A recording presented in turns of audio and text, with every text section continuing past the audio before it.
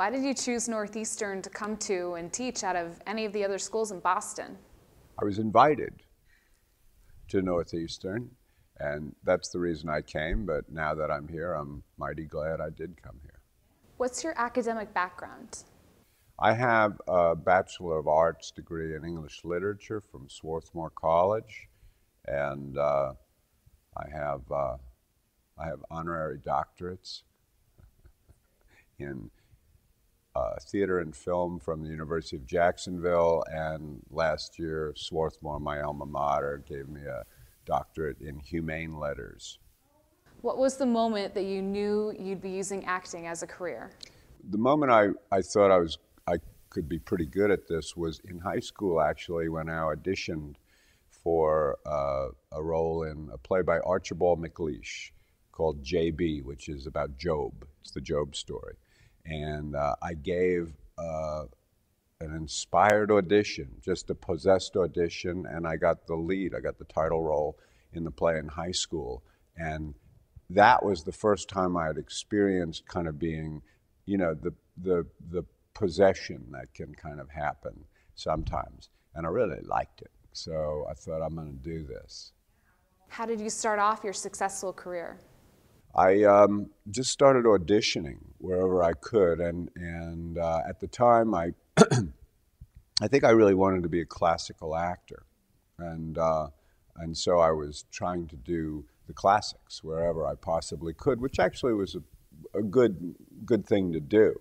I mean, the classics are fabulous, but they're also so demanding, and it's great training for an actor. But I spent a lot of years auditioning for, and sometimes I'd get a part, sometimes I wouldn't, for the classics. I worked in regional theaters, places from, you know, the Guthrie in Minneapolis to Syracuse Stage to, my gosh, dozens of them actually. Pittsburgh Public, I did Streetcar there. So there were roles I wanted to play, certainly, plays I wanted to be in, and I did everything I could to be part of that. And by the time I'd been in it for 4 or 5 or 6 years, I developed a resume of roles. I knew what it was to be a professional actor because I'm not conservatory trained at all, you know.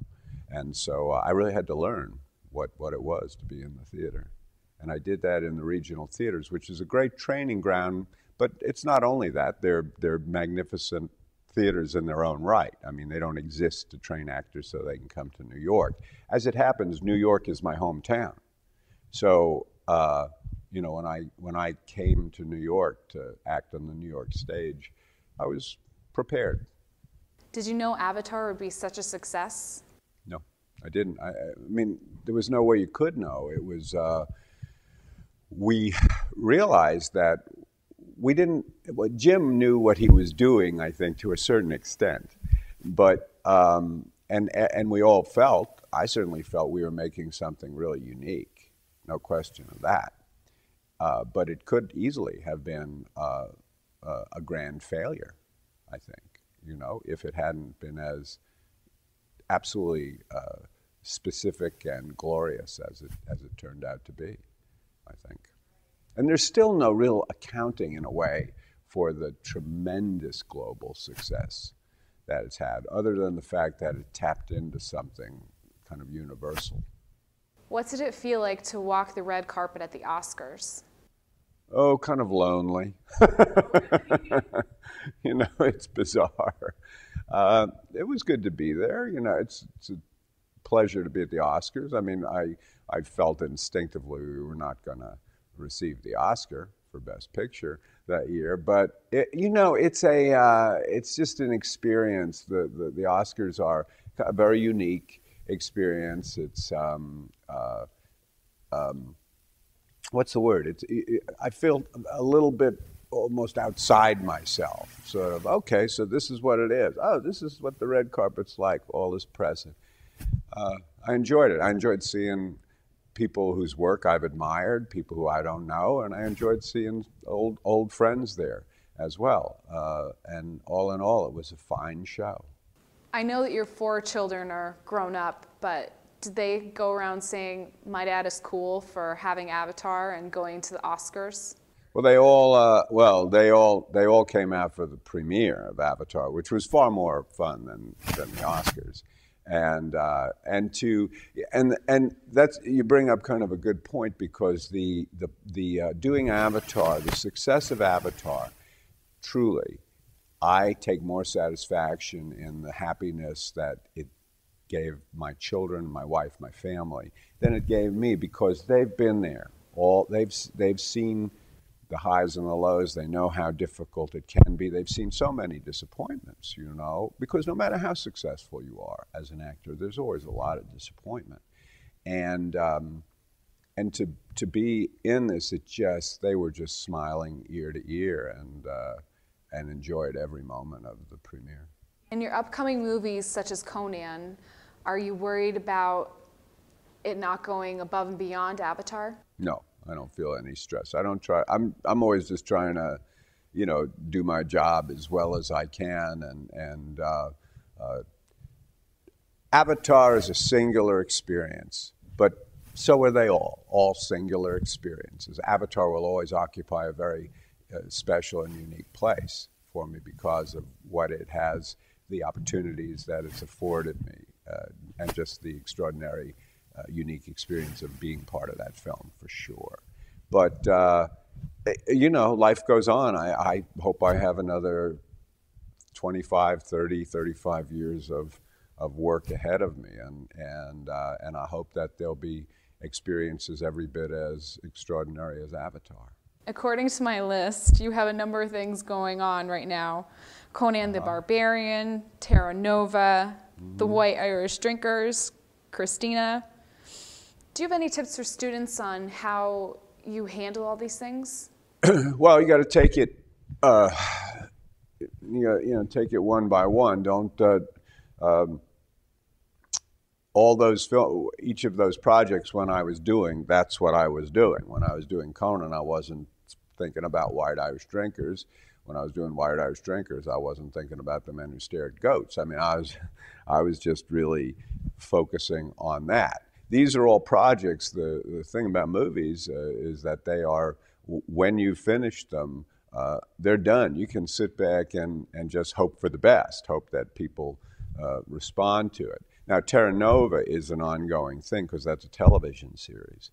And although we've done the first 2 hours of it, the road is really ahead on that series. That's where the work is to be done in the months to come. So my mind is really geared towards shaping that role and really dedicating myself to being who I want to be physically to do that part, and keeping myself kind of strong and healthy to do that part, because doing hour-long drama, television drama, is very, very taxing. It's really wearing work. Yeah, it's a lot like working. I didn't get into acting for that.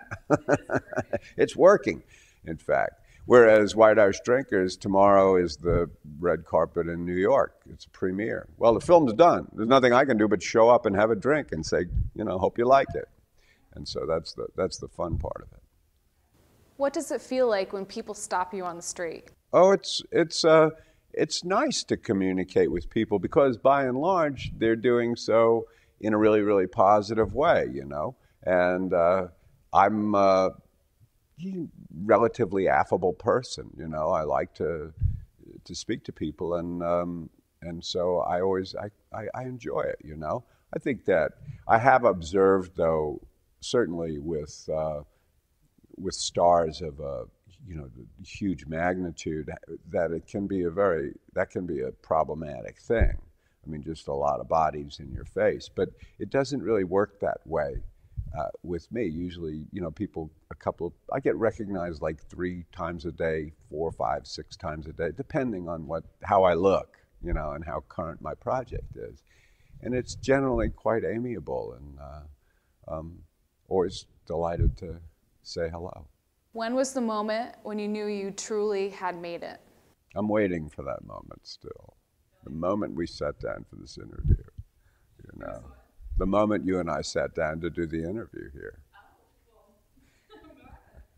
I always, years ago, I'll tell you, the big leagues, I don't know. You know, back in '93, I did The Death of a Salesman with Dustin Hoffman. I mean, it doesn't get any bigger than that, really. You know, I was like, that just was so thrilling to me, and you know, to be on the Broadway stage in a really wonderful role with a play that everyone wanted to see. I mean, that felt just extraordinary to me. And then you learn that, and then that you've had that experience, and then that experience is history, and life returns to kind of the mundane monotony of looking for work and stuff. So I have a fairly not jaundiced attitude toward, but I hope a realistic attitude towards it. You know that, you know, yeah, right. I'm big stuff today, and then, you know, tomorrow I'm not. If you had one piece of advice to pass on to all of our students wanting to act, what would it be? Speaking specifically to actors, I really advise you to read as much history as you can. I've learned, I came to history not late in life, but I didn't take any history in college, which I look back on now and I think, why didn't you do that? You love history, and I didn't at the time. But I've learned so much. It's been so helpful to me in my work as an actor, because you know, they always say that, you know, fiction is strange, but history is even stranger, and it's true. And you really want to understand when you play a role. Never, never, never, I think, say my character would never do that. Our job is to figure out under what circumstances would a character do something. Because what I think is that under certain circumstances, anyone and everyone is capable of anything and everything. And that widens the possibilities for you. So never limit your thinking as an actor. Always try and do the what ifs. Keep searching. That's, I don't know if that's advice. It's sort of a general idea.